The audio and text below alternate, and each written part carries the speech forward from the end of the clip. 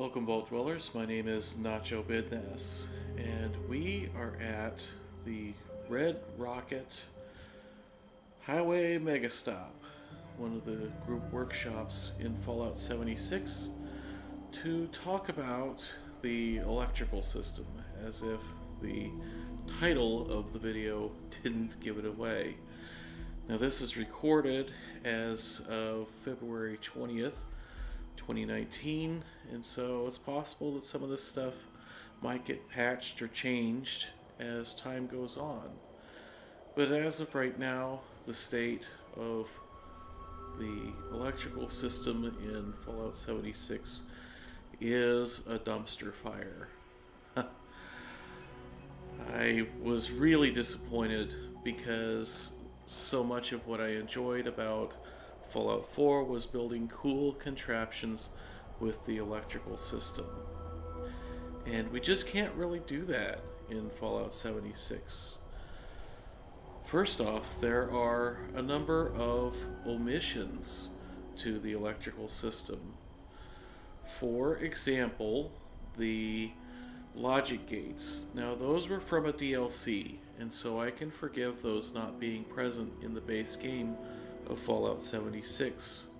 However, there's other omissions that I think are unforgivable.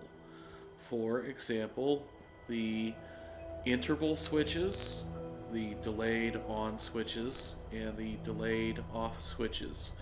Combined with a power counter, we could do a lot of really cool things with electricity in Fallout 4. We could have systems with different modes. We could do lightbox animations.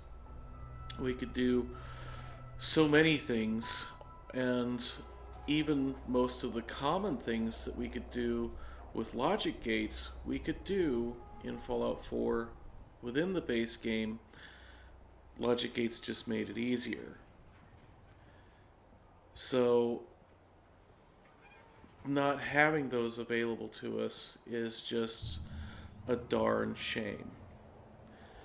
What is available to us is very largely bugged and not working correctly. Now, if I forget something here, or if I get something wrong, please let me know about it in the comments so that I can correct that at a later date. But as of right now, most of the things that are in the electrical system either work poorly or not at all, at least as compared to how they worked in Fallout 4. So first off is these conduit switches. Now, what I think should be happening is I should have power going into this side, passing through and going on to the rest of the system. However, and the back connector should be switched.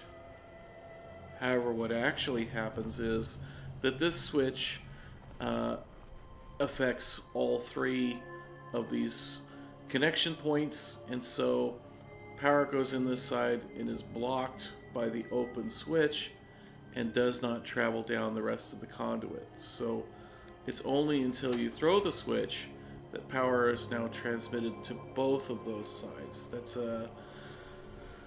a major disappointment. It makes things more complicated to wire than they needed to be. Second thing that I think just works extremely poorly compared to Fallout 4 is the traps. I think I forgot to repair this one, so let me fix this one real quick. There we go. So the traps, the connectors for them are buried at the very bottom. It's almost impossible to even get a wire to connect to these things. And without interval switches, we can't have them basically flap over and over again. I was really disappointed by how these worked because they are a motor, a thing that we could use to move to make kind of cool Rube Goldberg device type stuff in 76. Except that they really don't work that way. Um, these traps are almost useless when it comes to impacting another player, and they are completely useless when it comes to trying to deal with an enemy. And they're not even reusable. If we hit the switch here, you see that they go and they immediately break. And if I repair it to see if maybe we can cycle the switch fast enough for that to not be a problem, I'm just going to hammer the A button here. And you see it doesn't matter, they still break. So the traps, completely worthless. As annoying as it was in Fallout 4 to have to repair the flamethrower traps, at least the spike traps were reusable, but not so much here in 76. The next thing I wanted to talk about was the power counters. The power counters are completely useless. You see here, I turn that on. Now, in Fallout 4, what would happen is this construction light would be off. And I've also got a lamp over here, just in case maybe it's working as an area of effect kind of thing. In fact, let's put a couple more down just to be, real sure whether or not this thing is really working or not, right? So in Fallout 4, what would happen would be that there would be no power transmitted by this thing up until we got to 9. It would roll to 0, and then power would transmit.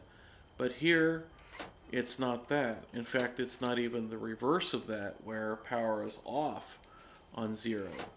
It means that no matter how many times you cycle this, nothing actually happens. It is simply a power connector or a small power pylon. It has no in-game functionality. Now, I thought perhaps it was just a matter of I needed to program it with a terminal in order for it to be effective.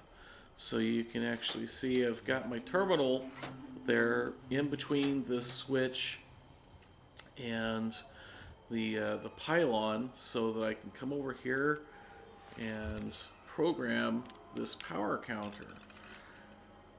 And I'm just going to set that on 2, and I'm going to do it again and I'll do it several times just to make sure that it catches or works. And so what should happen is that after 2, this thing should roll back to 0. So 0, and we hit 1, and you see it's still transmitting power, and we get 2, still transmitting power, and instead of rolling to 0, it goes up to 3. What a disappointment. This thing doesn't work at all. I thought perhaps that, like the keyed door, that maybe there would be some additional places to connect, and no. The keypad doors are actually one of the few things that are working correctly, in my opinion, but they do require some TLC. I'll show you how to use those in another video, but for right now, there's not another place to connect this wire. It only goes to the top connector, and the power counter is just utterly worthless. Now, the next thing I was going to show here was the light boxes, and as it turns out, I was just making a mistake, and it turns out that the light boxes actually work okay. It's a little easier to see those with my Pip-Boy light off. However, this does demonstrate another problem with the power system in 76, in that multiple terminals cannot be connected to the same power grid. You see here that there are no options available on this terminal, and yet everything was functional from this terminal. It means that you can only have one terminal in your camp that actually does something. And that's too bad. I had some ideas and some basic designs rolling around in my head where it would be nice to have a couple terminals in my camp that were functional, but I can't do it because you can only have one functional terminal in your camp at a time. The next thing here is not so much something that is wrong or broken, but something that I had hoped that they would improve in Fallout 76, and that is these speakers. The volume on them is very low. You can barely hear them. So let me turn this on, and I'll shut up for a second, and let me see if you can even hear this.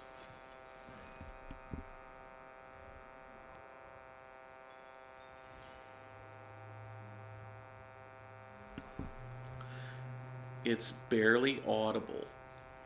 It's really pretty much useless for any kind of practical application, like notifying us if someone opens a door in our camp, for example. And even putting them all together, this is one each of the 8 different speaker types that are available.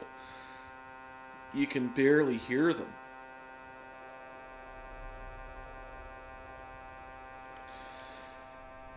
Now that is more or less the same way that they functioned in Fallout 4, but it was something that they could have easily fixed in Fallout 76, and they chose not to.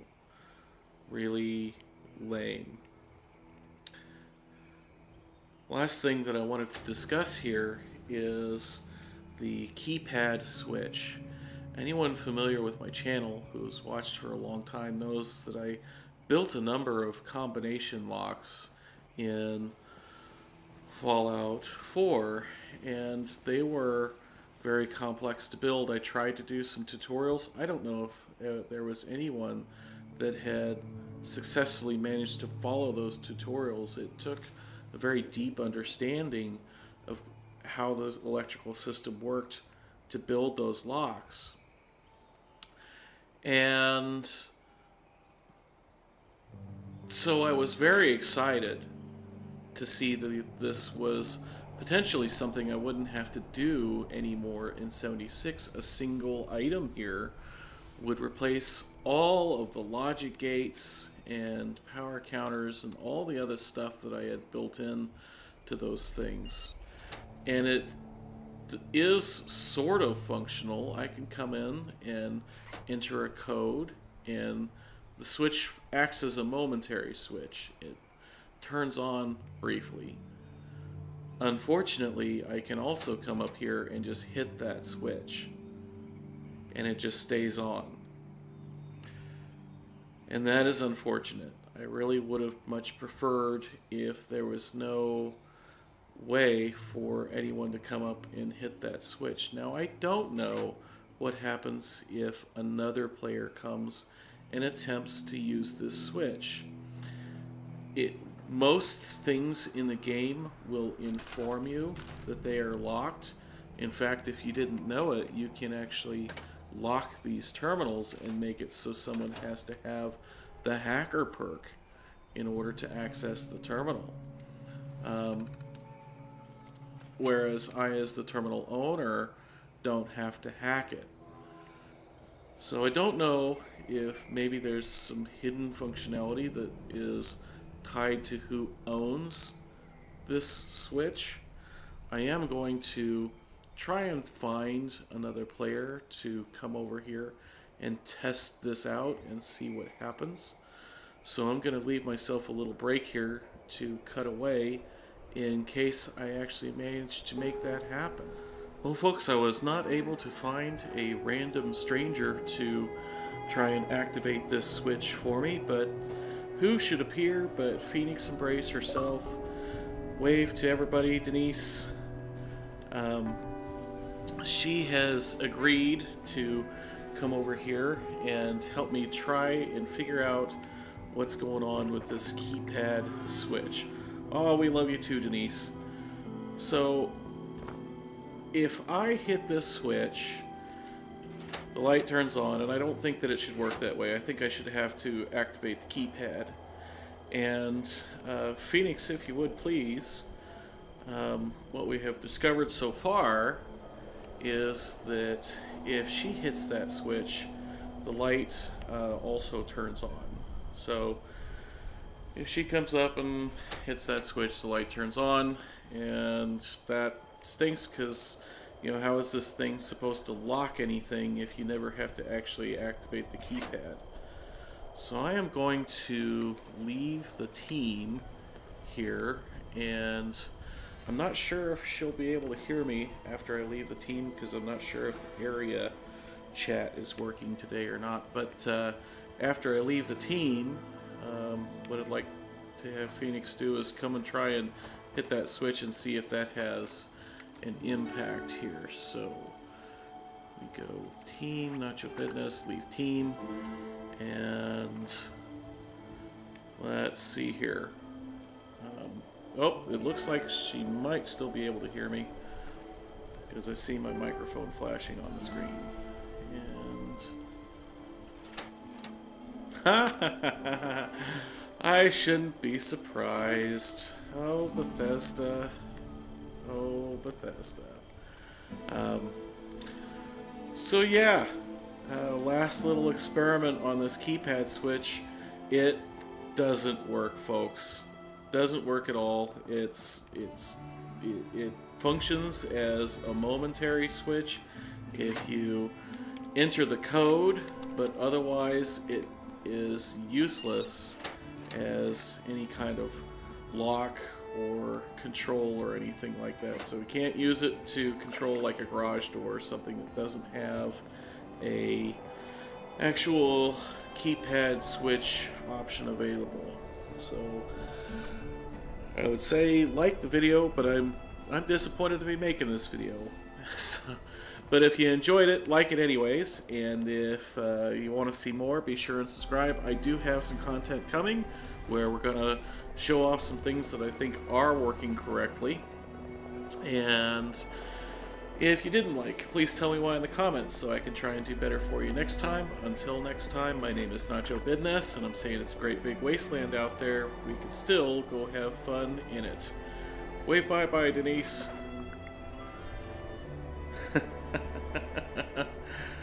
Thanks.